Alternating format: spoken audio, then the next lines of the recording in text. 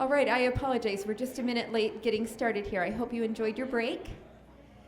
We will turn the time over to David now to present to us on logical fallacies. So thank you to David for doing this. Okay, everybody. Good morning. This is based off of a presentation I gave to the literature and the English and history teachers in the high school and middle school about, 6-7 months ago. I've done some adapting to it to try to make sure it was applicable to a broader range of teachers today, but please bear with me that that's my perspective as I'm going forward. I see you all as ninth graders. Some of you may find that flattering and some insulting, so that's just the way that things are, right? Okay. This is something that I think is really important for us. Learn to discern between truth and error. It's part of our mission statement.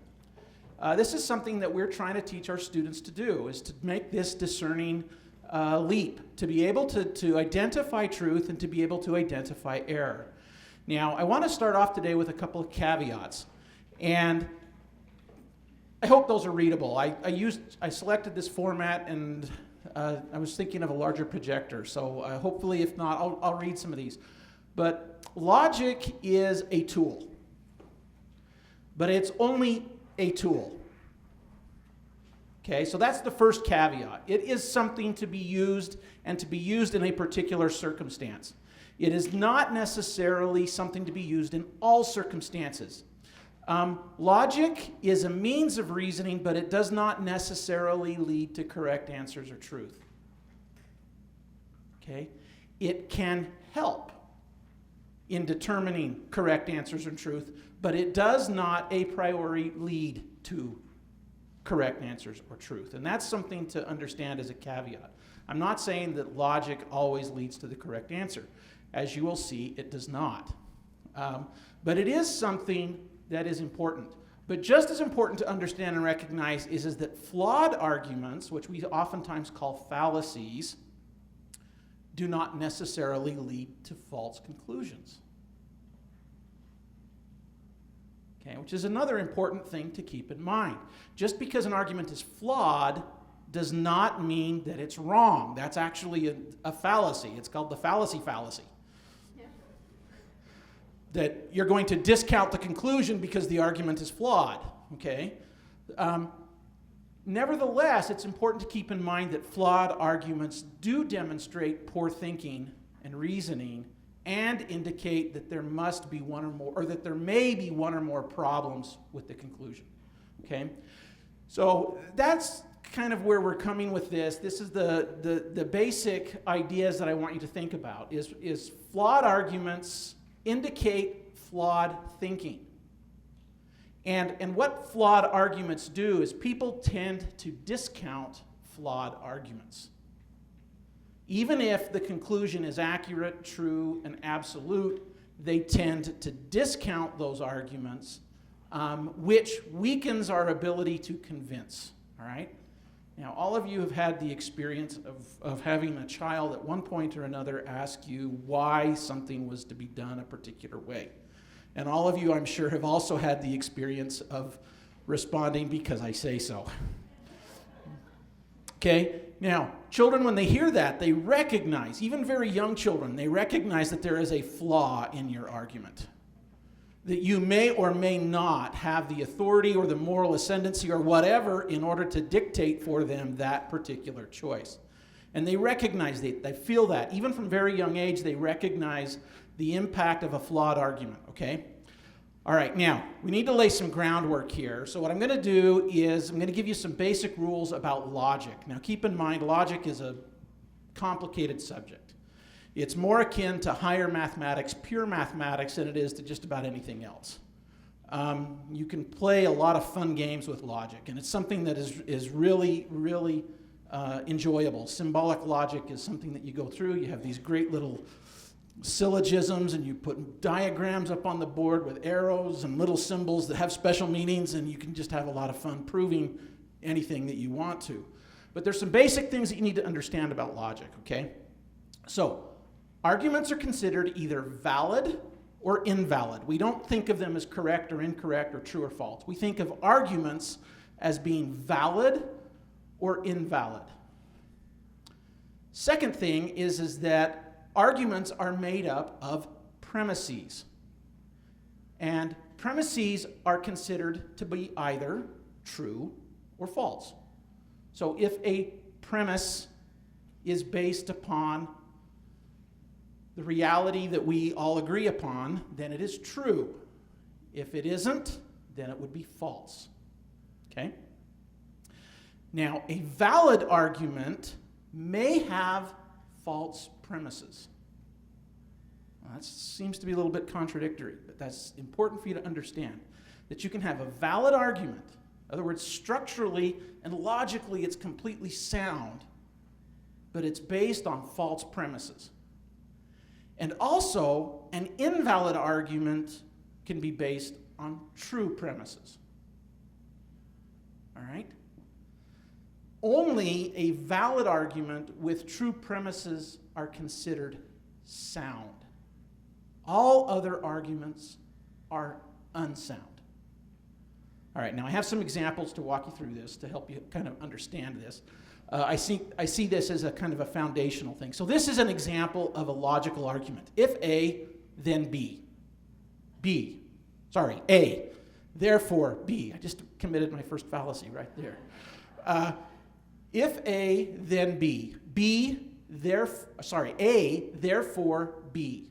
So it's basically saying if you have A, B will follow.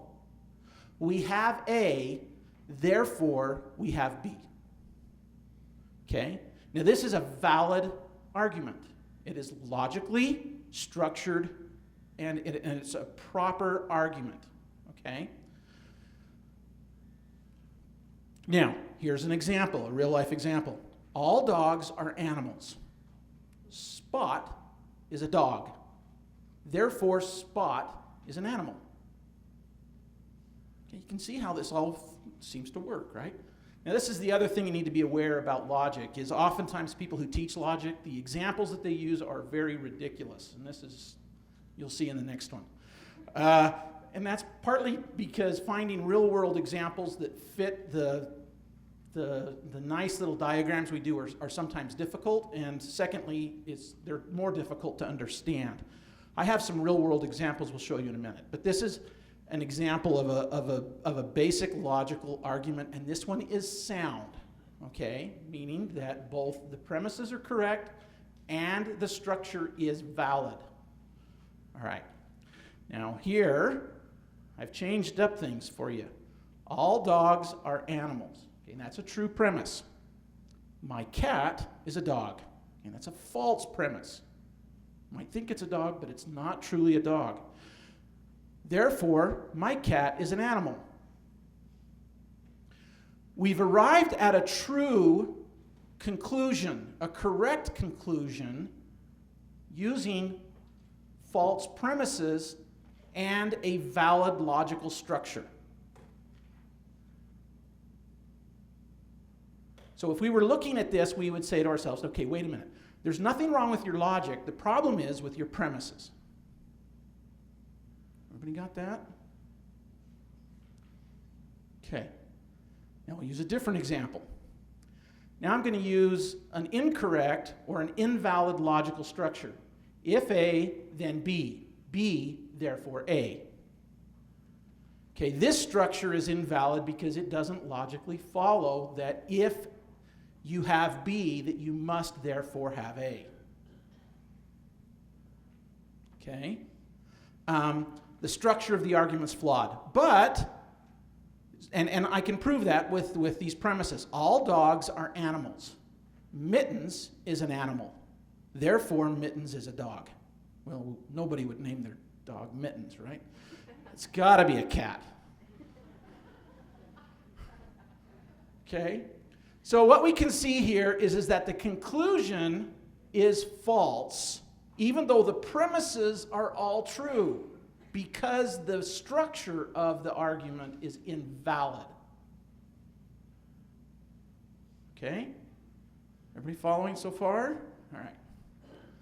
All right, so I've created this little chart here to show you that 3 out of 4 arguments are bad. No, actually, and this could very, actually that is a fallacy in and of itself. But what we can see here is that this is how we get to a sound argument. And only 1 out of 4 of these paradigms give us a sound argument. The rest of them are unsound either because of an invalid logical structure or false premises, or both. Okay? All right, anybody want to identify the statistic I used for my joke? No? Sorry, that's not statistic, fallacy. All right. Okay, now, with this, and keep in mind that logic can be very convoluted. The logicians, they create these fabulous diagrams, and they can be very, very convoluted. And that's not necessary for us. We're not going to worry about that. This is basically an introduction to logic, and now we're going to look at logical fallacies, all right? Now, fallacies make an error in the structure of the argument, okay? And they are generally grouped into 2 different kinds. You have your formal fallacies, and these are fallacies that have a problem with the validity or invalidity of the logical structure. And then you have your informal fallacies, and these are fallacies that often have a problem with language. Now, you can simplify it by saying that their premises have problems. Either the premises are false, or that they're misunderstood, or that both, or that they're intentionally misconstrued by the arguer in order to create something other than what the logic would lead you to. Okay, these are informal fallacies. Now, these are very, very common things, all right? In fact, they are so common that we oftentimes just go right by them. One of the most common sources of fallacious argument is in commercials. Ad campaigns use fallacies as their bread and butter. They do it intentionally in order to make a point, as you're going to see on some of the things that we do here. And this is another thing about fallacies, is many of these fallacies are also rhetorical devices, which are used by people in speaking for an intentional purpose.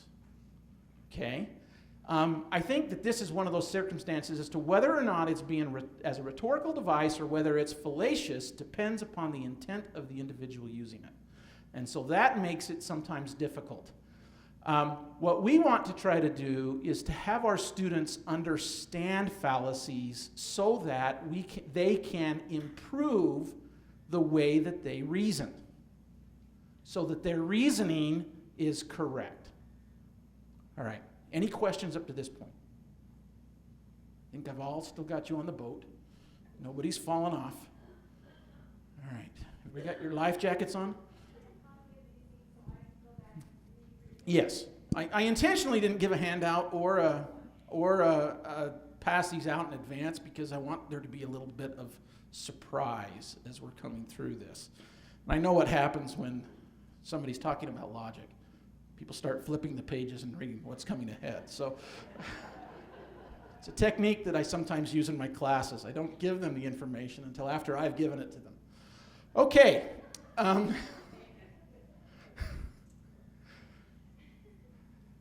If you don't think that's a good technique, come and teach 9th graders, and then we'll talk. All right. Okay, we're going to start with this fallacy. This is one of my favorite fallacies, the slippery slope. Okay? This is a very common fallacy. This is a fallacy that we use very regularly. You see it a lot in political discussions. You see it a lot in other kinds of a thing. Now, keep in mind that there are over 300 identified fallacies, and they sometimes have dozens of names, including difficult Latin names, which nobody understands. And they just throw out the Latin, and that makes them sound intelligent, and I'll do that in just a few minutes.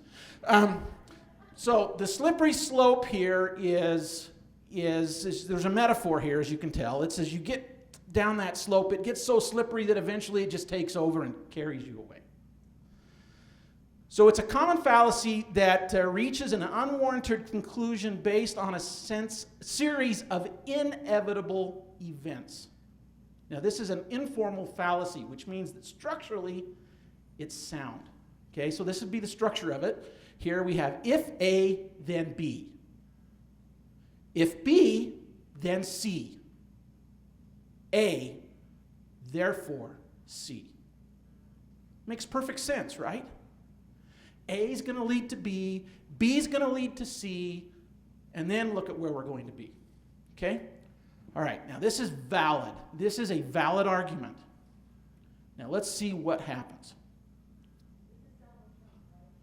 No, this actually is Andy Griffith.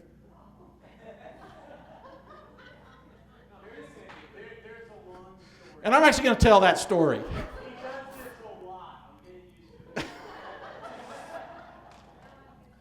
Okay, so this is an argument that Andy has made to his students some years ago. Okay, and he did it for a purpose, and he was using this as a form of rhetoric in order to make a point. And it actually proved that point so well that for years I have heard this from my students. Skipping leads to drugs. Okay? All right, now, it does. Unbridled, joyful skipping typically does not lead to drugs, but it's, yeah. Okay, so now, one of the things that we have here is we have a series of unstated premises that I'm going to fill in order to complete this argument. Okay, and here they are. We are required to walk in the halls at our school. When we skip, we are breaking the rules. Breaking the rules will lead us to break more rules. This will eventually lead to breaking laws and abuse of drugs. Consequently, skipping leads to drug abuse. Now, we could throw in anything, having an untucked shirt leads to drug abuse. Rolled up sleeves leads to drug. I mean, we could have a whole bunch of items here that would lead to this. This is a slippery slope argument. And you can all see, we're having a good time, we're laughing with this because we see the humor in this. And this is something that partly we see the ridiculousness of it. But that's the whole point of a slippery slope argument. And it's fallacious because the inevitability of the premises is not true. A does not always lead to B, and B does not always lead to C. Usually in this chain of events which lead to a terrible breakdown of civilization, nuclear holocaust, and the end of the world as we know it, is not inevitable. But the argument is such that this will lead to that. Okay? So keep that in mind. Now, this is a real-world example. This is from a gentleman by the name of Francis Schaeffer. He writes on, he's a pro-life advocate, and he writes on abortion. And I don't know, can you guys read that? And so what he says here is the acceptance of abortion does not end with the killing of unborn human life. It continues on to affect our attitude toward all aspects of human life. This is most obvious in how quickly following the acceptance of abortion comes the acceptance of infanticide, the killing of babies who after birth do not come up to someone's standard of life worthy to be lived, and then on to euthanasia of the aged. If human life can be taken before birth, there is no logical reason why human life cannot be taken after birth.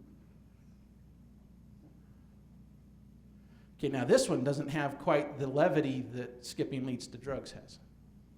Okay, but is it a slippery slope argument? Why?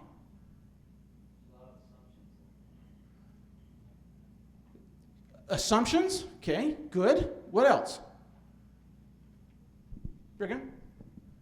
It's not inevitable. The inevitability of the premise is not. Okay, it's the inevitability of going from one to another which is potentially the problem. Anybody else?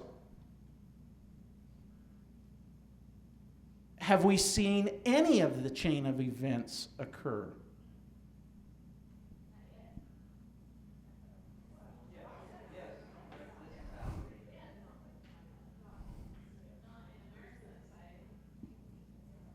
Okay.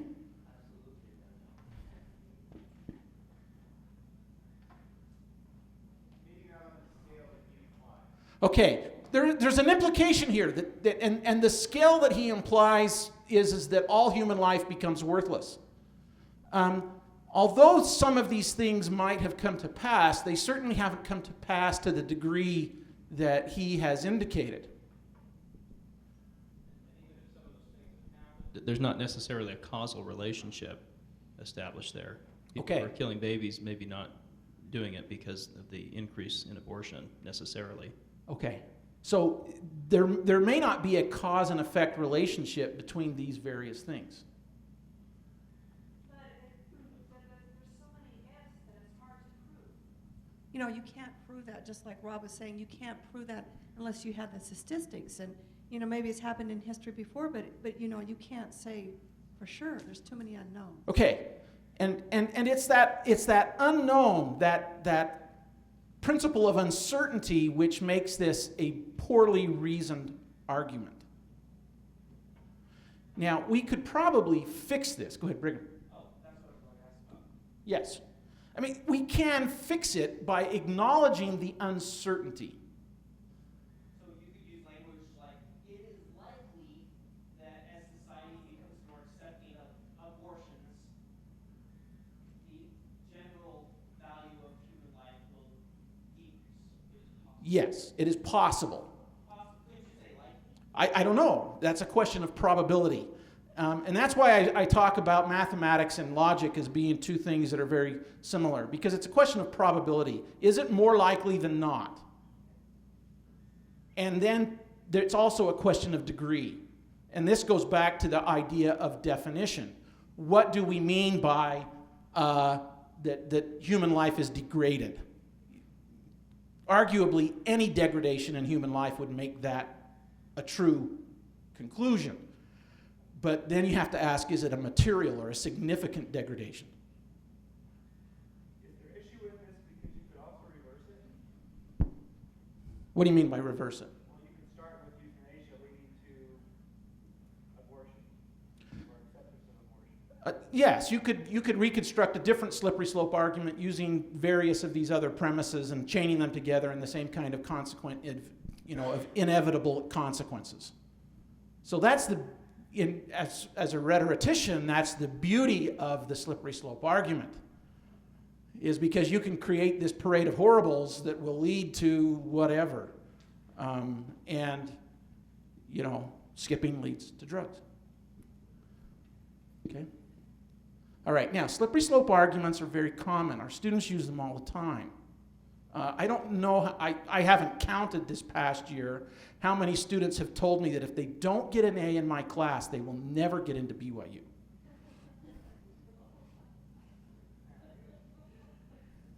Okay? And I always tell them to continue to work on their jump shot. No,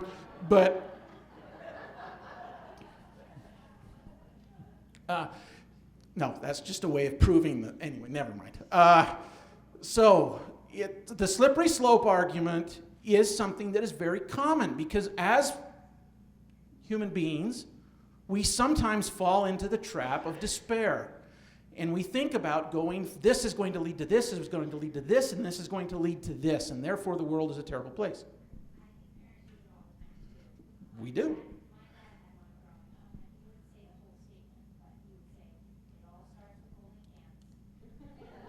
That's right. And that's why this is such a powerful statement.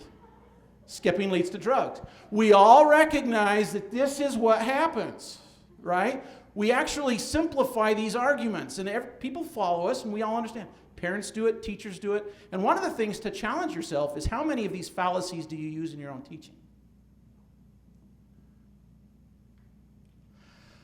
Okay, let's go on to another one.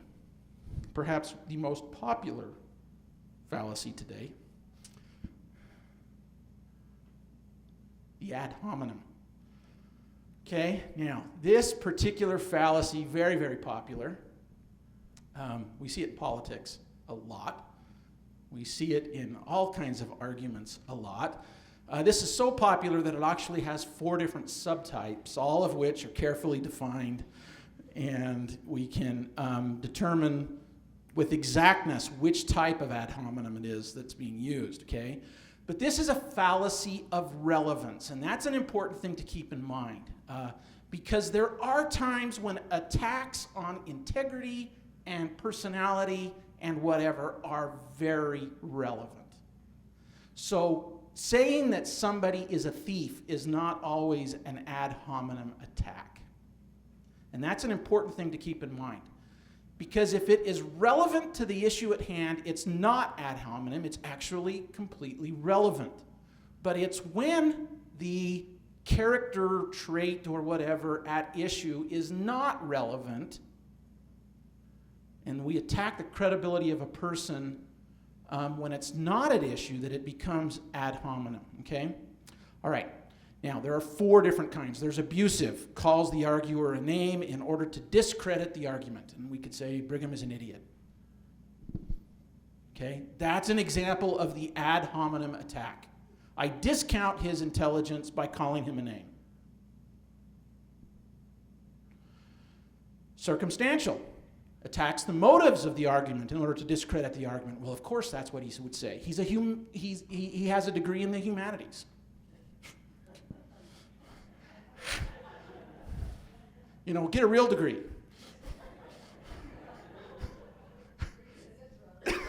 Oh, that may be relevant. Okay. There's the tu quoque. It's the hypocrisy one. Okay. You know, he tells us to ask questions, but I've been in his class many times. He doesn't ask that many questions. He's a hypocrite. Sure, I should not eat that because it's fattening, but who are you to tell me? You're overweight. Physician, heal thyself. Okay? Or guilt by association. That's where you say, yeah, that idea came from Hitler.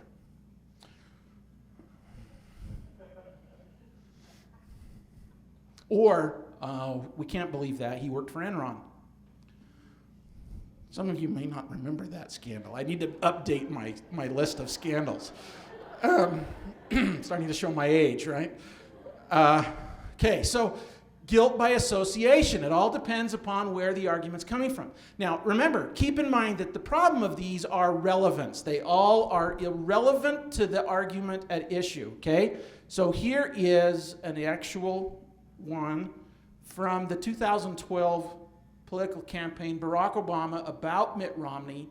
Now, Governor Romney has taken a different approach throughout this campaign, both at home and abroad. He has proposed wrong and reckless policies. He's praised George Bush as a good economic steward and Dick Cheney as somebody who shows great wisdom and judgment. All right, who wants to defend or to identify which ad hominem attacks, and notice there's a plural there, have been applied here?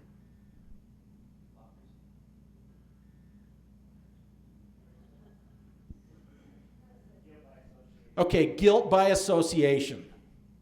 Mitt Romney, George Bush, or perhaps even Dick Cheney, all right? Okay, good.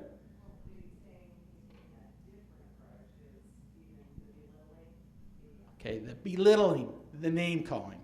It's hard on this to see it, but wrong and reckless policies is an insult.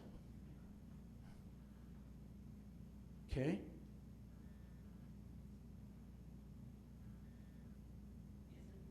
Good question. Why? Give me your arguments.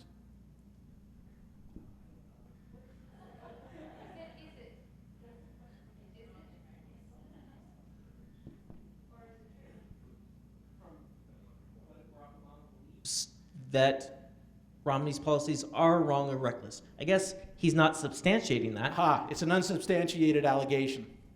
Okay. It's a label. It's really, from a political standpoint, no different than calling him an idiot. So this is the name calling, the denigrating. Okay? Questions? Any? Everybody still on the boat?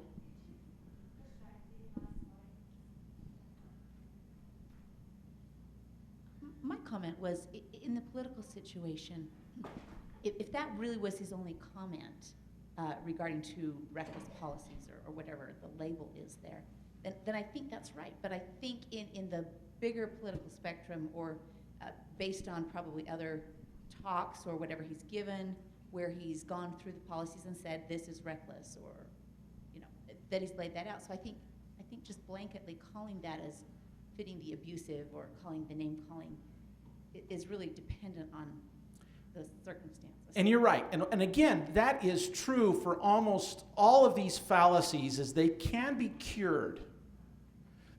And that's the important thing to keep in mind with your students, is as they are arguing and they commit one of these fallacies, one of the things that you can do is you can challenge them to fix their reasoning, to cure it.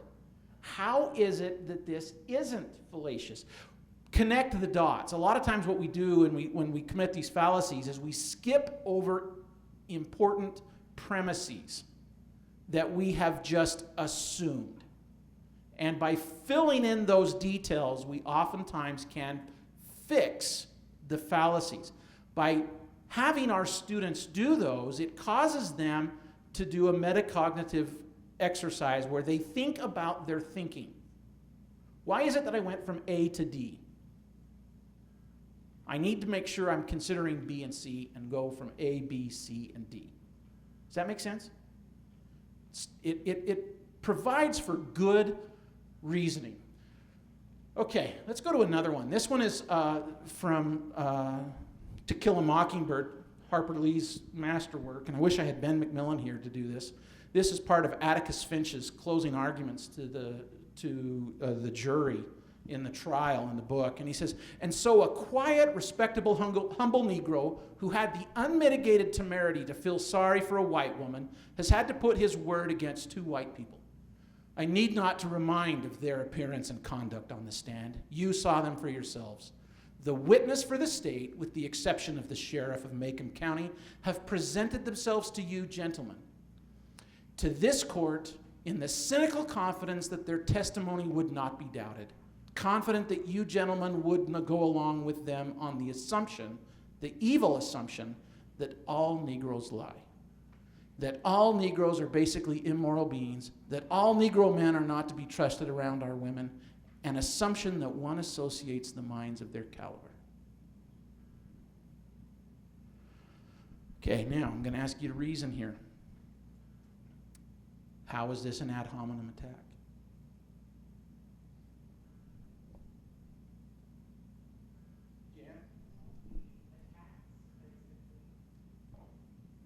The premise at the end that all these Okay. are different things. Okay, good. Agree with this, then you are as the people that have presented. Okay. Yeah. and I'm sure it's Which kind of ad hominem attack is this? cynical, probably. I don't. Okay, it's probably abusive. I heard that over here. Okay, but who is it abusive to? Now, this is one of the things where you have to reason this out. Who is being abused by this attack? It's not the jury that's being done. Who is it? It's the witness. The key witness for the prosecution is the one that's being abused here. Because he made certain assumptions. And what's Atticus Finch requesting from the jury? That they are not like him. That they don't believe that all Negroes lie. That all Negroes are basically immoral beings, etc. Okay? So it's a very subtle argument, and this one is a difficult one. Aha! That's right. So he's also got that guilt by association. If you feel this way, then you also are this kind of a person. So he's abused the witness, and then he's implied that anyone else in the courtroom that has those same feelings is just as bad of a person. Okay?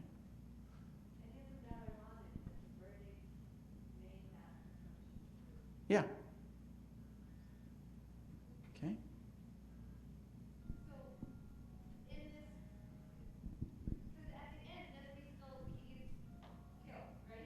at the end, the Negro guy gets killed. So what he's saying in the courtroom where he was saying it didn't have an impact because all of those people weren't able to overcome their pre-assumptions. So then you have to ask yourself, is it really an ad hominem attack, or is Atticus Finch just telling it like it is? It depends. Well, then it goes back to what she was saying. If you just look at that without the whole picture, when you have the whole picture, that can, change the content of what we're saying right now. But when you see it by itself, if somebody had never read the book, or keep knew in mind, at anything this about it, point in they would time, say- the students don't know the ending, so right, they're- right. yeah. So they see that and they can analyze that as such. Yeah. Okay. All right, we're going to go on and go to, because I've got more, unfortunately, I've got lots of fallacies here to share with you.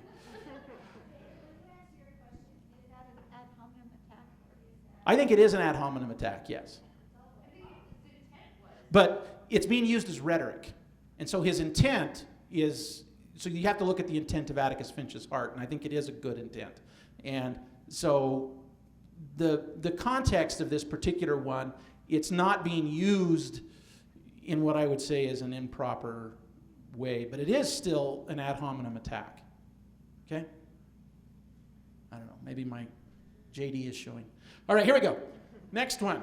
It says, I promised you I'd get to the Latin, right? Post hoc ergo propter hoc, or the fallacy of causation. All right, sometimes this is called the causal fallacy or just post hoc. It's always fun to pull out that full Latin phrase, though. Your students' mouths will drop open. They'll have a new respect for you. It's amazing. Okay. The way of the structure is this. A, then B. Therefore, A causes B. Now, this is something that we do all the time, every day. Okay? Your sister calls you on the phone. She says, I'm not feeling very well. And you say, you need to go and drink some mint. Just take a little mint, blend it up, put it in, drink that. You know, I had a little sniffle last week, and I did it, and it worked for me. How many of you have had a conversation like that with somebody that you know and love? You're committing this fallacy. Oh, I like the gas at that station. My car always runs great when I get it from there. My clothes are always cleaner with this product. Okay? We do this fallacy all the time.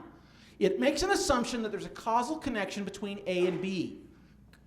And it's one of those things that researchers have to be very careful about. Correlation does not equal causation. There was actually a very detailed study on snowshoe rabbits and lynx populations in eastern Canada and sunspot activity that found almost a 1-to-1 correlation between the population of the snowshoe rabbit and the lynx populations and the sunspot activity over the course of the last 100 years. And so the researchers determined that sunspot activity caused the rise and fall of snowshoe rabbits.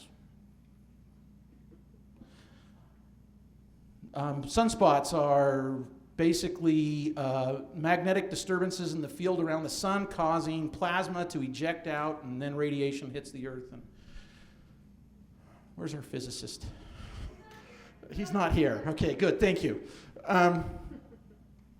So it's something that happens a lot, and sometimes it happens less often, and anyway. So this is a fallacy that we see all the time. Okay, so I had a simple version of this. I allowed my friend to borrow my car. When he brought it back, my tire was flat. He caused the flat tire and is responsible for it. Okay, talk to me. Why is this fallacious?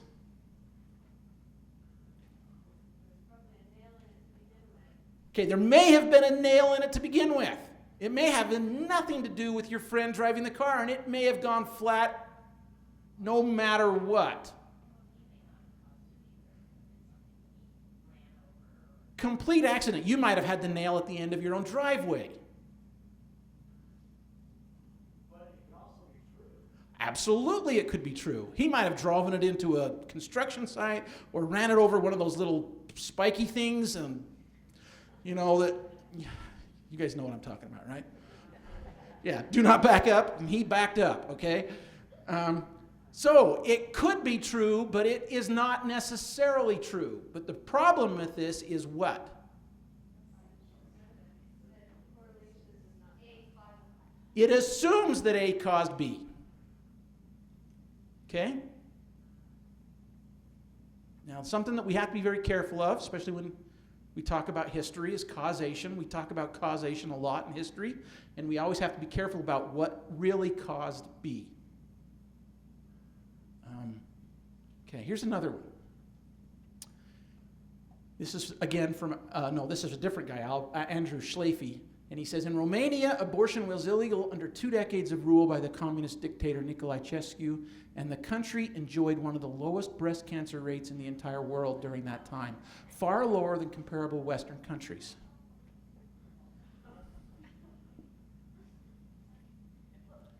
This is a real quote. This is a true statement. Right, and I guess my comment is not knowing if there's research to back that up. It's not, the research is not embodied in that statement. If it actually existed, that there was some sort of causative effect, I don't know, maybe it doesn't. But sometimes we talk in shorthand because, say you're writing a book and you really can't put everything in there. So it depends on our purpose in writing. So like you say, rhetorical. That's right. Okay, good.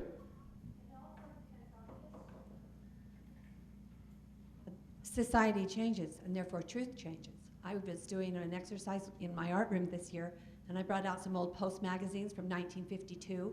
The back cover of this Post magazine showed a beautiful, handsome, very physically attractive man holding a tennis racket, and he was smoking Camels. And my students just really picked up on that. Okay. That is so ludicrous. Why would you be advertising cigarettes like that? Okay. Well, in the 50s, that was huge. Which is why advertising industry, their bread and butter is fallacious arguments. I think the tough part is scientific.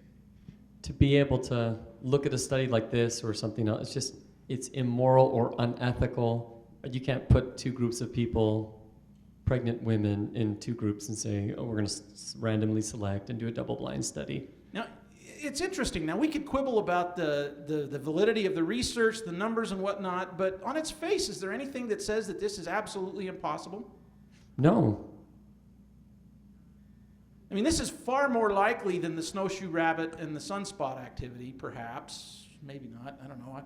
I was thinking about sunspot activity might have to do with weather patterns, and colder weather means more snowshoe rabbits or fewer. I don't know. But in any event, I can see how you could make a connection. But again, what we don't have are all of the other premises, the information.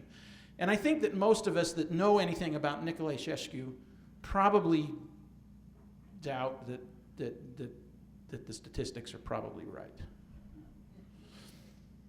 He doesn't say that there's causation. He just says and. Yes, but is it implied? It's absolutely implied. There's no question in my mind that he's saying if we had outlawed abortion, we would have less breast cancer. Well, maybe the word less, Romania. Yeah, again, if you know anything about Nicolae Ceausescu. I think that parents, I know my wife's a good example of this. We do this a lot. We say, and it's not kind to ourselves, but we say, had I not done this, or said this, or this wouldn't have happened, this bad thing wouldn't have happened. Yeah. And we it's just a dangerous. It's the what if game. Self-critical way to live. Yeah, and it's fallacious. And that's why we need to be kind to ourselves, because those what ifs, the causal connections are far more tenuous than we believe them to be. One of the powers of this argument is the speaker of it can say, well, go ahead and prove me wrong. So you have a lot of work. Oh, yeah. The unprovable hypothesis, one of my favorite fallacies.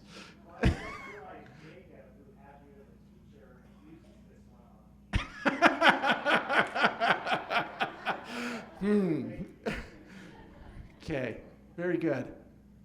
I remember first being introduced to this type of thinking in probably high school or college, and the argument was 99.9% of all murderers have eaten bread within 24 hours. Therefore, bread causes murder. I'm sure the gluten-free world would be excited about that, but, you know.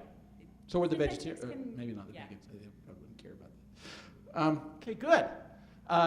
These are the kind of arguments we need to be careful of and we need to watch out for, because we need to make sure that we challenge our students that the conclusions that they make are really causally connected, or that they are truly looking at that. Not just that they're correlative, but they are causal.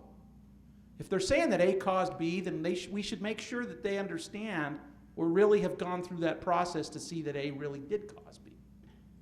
Karen?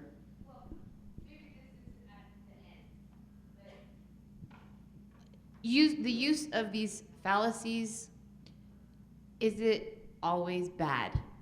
Or is it used to make a point? To make us think about ourselves? I would argue that, notice I'm saying argue, I would argue that there are times when these fallacies have a purpose, when they have a rhetorical purpose. But I think that when we're talking about reasoning, that it's always appropriate to point out the flaws in reasoning. Because otherwise what happens is somebody else will point it out at some point in their life in a far less safe and kind environment. Just a thought that's crossing my mind right now is that in a lot of these there's just oversimplification, and if we can help our students learn to see that there's so much more complexity in the world and learn how to identify the different perspectives, that having an understanding of this will help them do that, and that will enable them to be able to just do a better job in everything they do. And oversimplification is itself another fallacy. So, Just say real fast, I think students need to know that very often pointing out the weaknesses or the limitations in their arguments strengthens their position. and that's Kind why I of started counterintuitive that way. That's why I started saying what I did about logic. Weak reasoning discounts their arguments. They still may be correct. They may have come to the correct conclusion. The math teachers understand this. You know, you look at a student and you say, 5 times 6, what is that? And they look at you with that blank look in their eye and they guess 30. They have arrived at the correct answer, but they haven't done it through the correct process. Why do math teachers require students to show their work? It's because just guessing the correct answer is not enough. Even intuitively guessing the correct answer is not enough. It's better if they can reason through it and find that they understand why this and that equals that. Puts back to the point in thinking about the scriptures, this life is the time to prepare to meet God. So we're born and we're given a time to reason and learn. We don't just skip right to the end. Right. Now I have about 4 more fallacies, I think, and we're not going to get to them. So I'm going to skip here to this list here. Now this is a list that I've made of some of the most common fallacies. And what I'm proposing to all of you is that we have a responsibility to understand these fallacies better. We should take a look at these and try to understand what they are. Now, what I've done is I've created this list and I've put some asterisks by some. And these are fallacies that I think are well within the capability of younger students. Students perhaps from the 2nd grade, 3rd grade, 4th grade on up. That they can begin to understand these fallacies. That these are ones that elementary teachers can focus on in dealing with their students. Now, I also believe that many of these ones that don't have an asterisk on them are within the capabilities of younger students as well. But in thinking about, or my challenge to you would be to try to take one or two fallacies and actively incorporate it in some respect into what you're teaching your students to help them begin to understand the concept of logic as a reasoning tool and fallacious reasoning as a problem with logical reasoning. Now, it's helpful to have examples. Now, you can make up your own examples, but as I mentioned to you and as I've shown you, some of the made-up examples are very, very obvious. Now, that's helpful for an explanation, but not always helpful to get the students to understand. So where can you go to find examples of real fallacies? My favorite is political debates, okay? A lot of good fallacies in political debates. Commercials. They use them a lot. Comments to online stories. Now be careful here. One of the assignments I give my students is I send them to ksl.com and have them look at the comments. Now, I'm very careful as to which website I send them to because not all of the comments are certainly American Heritage appropriate in most stories. And in fact, some news organizations have discontinued the comment practice for most of their stories. Because of the number of fallacies and the abuses. So be careful on where you send them, but I have them go find a story, read through the comments, and identify fallacies and bring them back to me.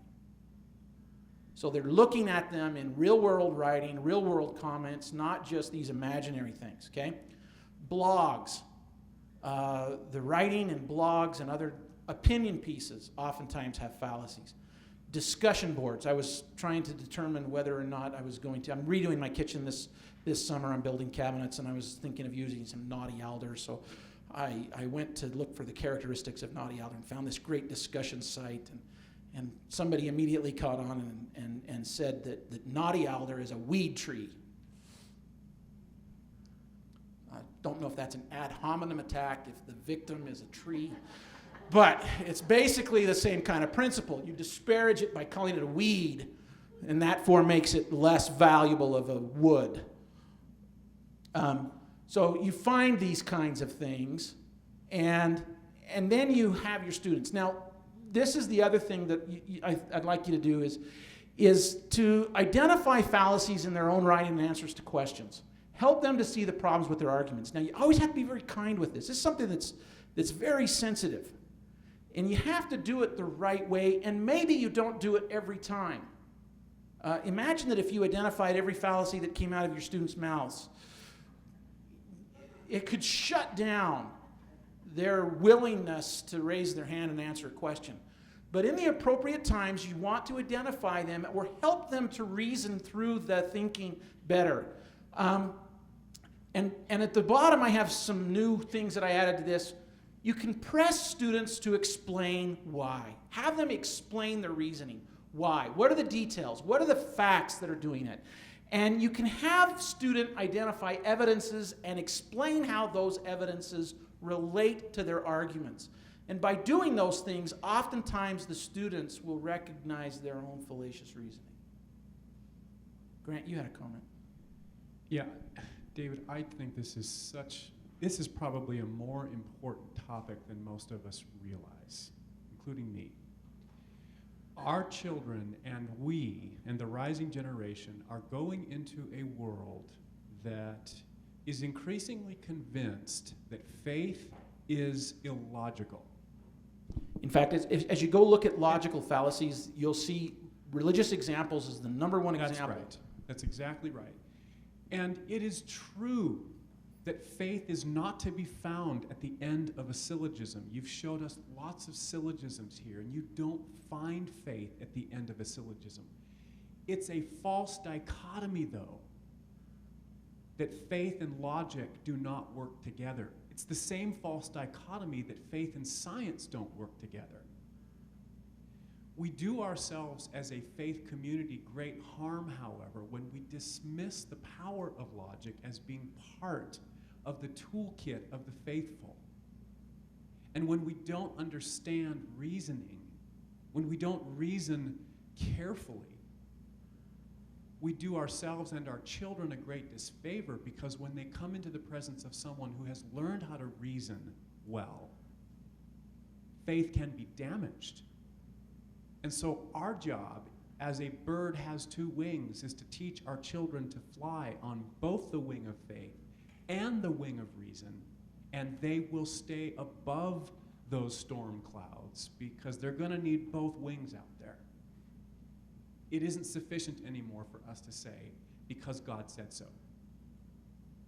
Although that is true, right? It is, but it's a classic example of an appeal to authority, which is viewed as... Is not as good as God said so, and let's look at all the reasons for which God said so. Now, I believe in faith, and I believe in obedience, and those are first principles. But those first principles also have a lot of reason that supports them, faith and reason. That's the best way to fly. And that's why we're talking about this. And it matters from kindergarten all the way to the end of life. And the earlier that children begin to understand this and to incorporate it into their thinking, the more natural it becomes to them and the more comfortable they become with this process. And the sounder their arguments become. And ask yourself this, and Grant made a great point. Are Elder Oak's talks unreasoned? When I think of general authorities and the way that they talk and reason, Elder Oaks is one to me that I just, he's always going to classify things in his talks. He's always going to explain why those classifications are important. Logic is something that can be very powerful. Quick, and then we're out of time. I think you're right. I think the reason that students right out of high school have a crisis of faith, we see that trend in the church, that a lot of these 18 to 23-year-olds are leaving the church, is a lot because of that. They have a crisis of faith when they hit the colleges, and they see these wise men who know how to reason, and it hits their faith, and then they say, what do? They don't have the reason anymore. And that's why I think it's important to challenge those fallacies in our classrooms, is because we have a kinder, gentler environment here with which to do that than what they will find elsewhere. Where we can help them to understand that faith is not a fallacy. All right, thank you.